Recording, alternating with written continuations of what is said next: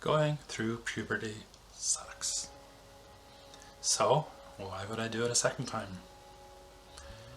If you want to know what it's like to go through a second hormonal puberty, the things I've learned, and how they might help you in your transition, then stick around and let's get at it. Hi, my name is Kate Madden. I live on the unceded coastal Salish territories that we call Vancouver, British Columbia. I make videos on this YouTube channel for trans women in their 30s, 40s, and 50s.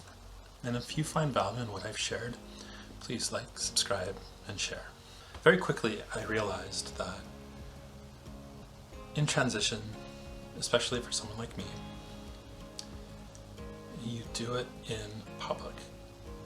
Everything, every step, every move, every mistake is amplified on a stage for all to see. And the people taking the most notice are the people closest to you, your family, your longtime friends.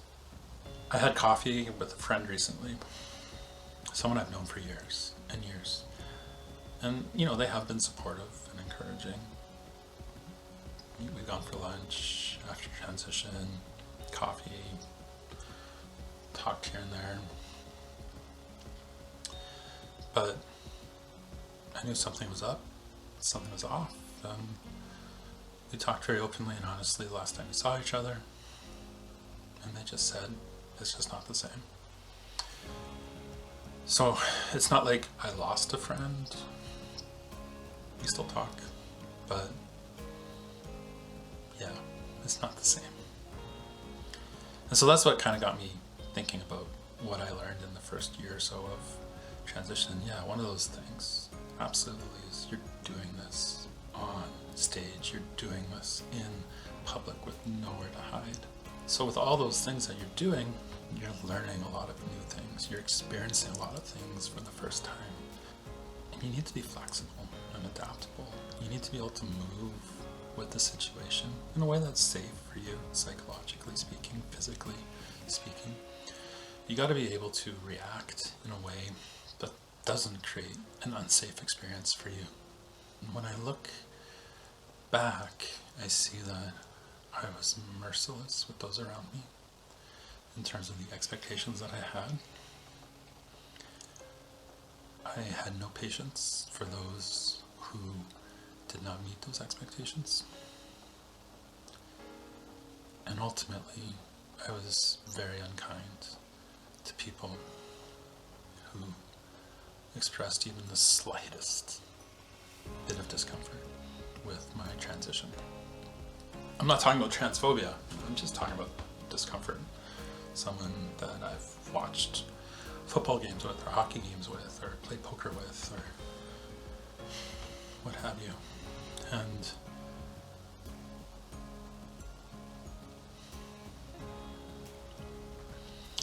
I think that was a mistake.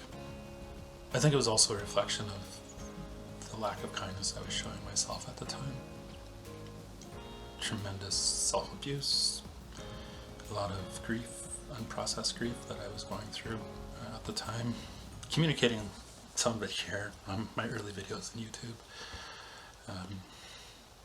And the realization as well that as a woman, you're held to a higher standard in this cisgender, heteronormative world.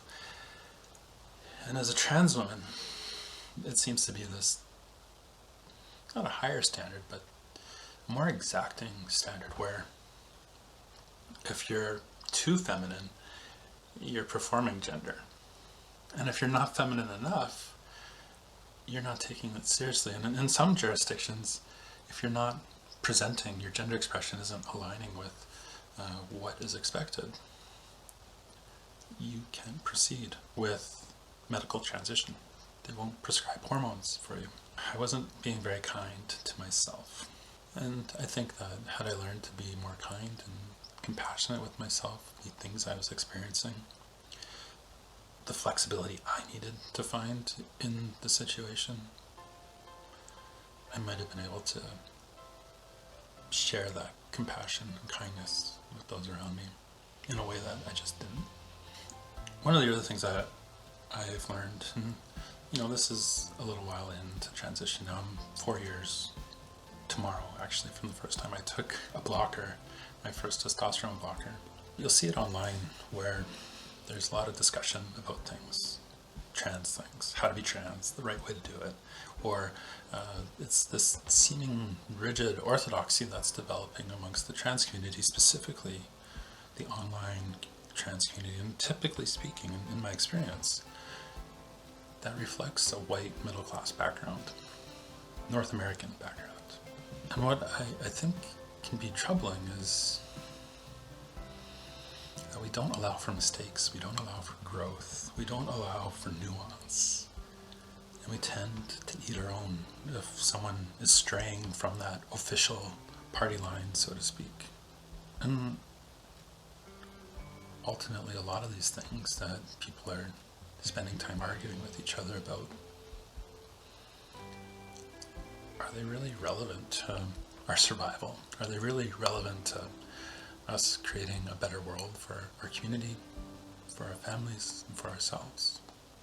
Like, I thought I knew what discourse was. I thought I understood it in the academic sense, the intellectual rigor that comes from challenging one's ideas and defending one's thesis.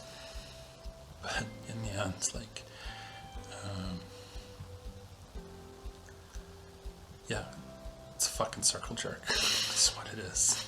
And I'm just done with it. Maybe I've contributed to it in my own way, but I've got no time for it. Like, I just want to go to the restaurant. I just want to jump in the cab. I want to take the bus. I want to go to work. I want to take my kids to the playground. I want to do all the things that everyone else wants to do. I want to walk down the street holding my partner's hand. I want to do it all in peace. And that's all. And I guess what I've noticed with that whole discourse is that it can become exclusive. It focuses in on specific lived experiences that aren't reflective of non-binary people. They aren't reflective of sex workers, trans women of color, or others of different socio-economic backgrounds who don't even have access to the internet. There's no one way to do this. There's lots of different ways to get where we're going. And really, the journey is the destination for a lot of us. So maybe we could just be a little more patient, flexible, kind with those around us. It might be easier for all of us. And so, 4 years in, I've learned to remove early, block often, pull an Irish exit, just get out of there. Whether that be in real life, with family, with friends, or online. Curate your experience, curate your world. You get to create a whole new life, and you get to choose who's in that life with you. And that's a beautiful thing, to finally be your full, authentic self, and to live fully and freely in a way that is giving and receiving as yourself at last. Thanks for watching. If you've liked this video, please subscribe, share, and as always, here's to life.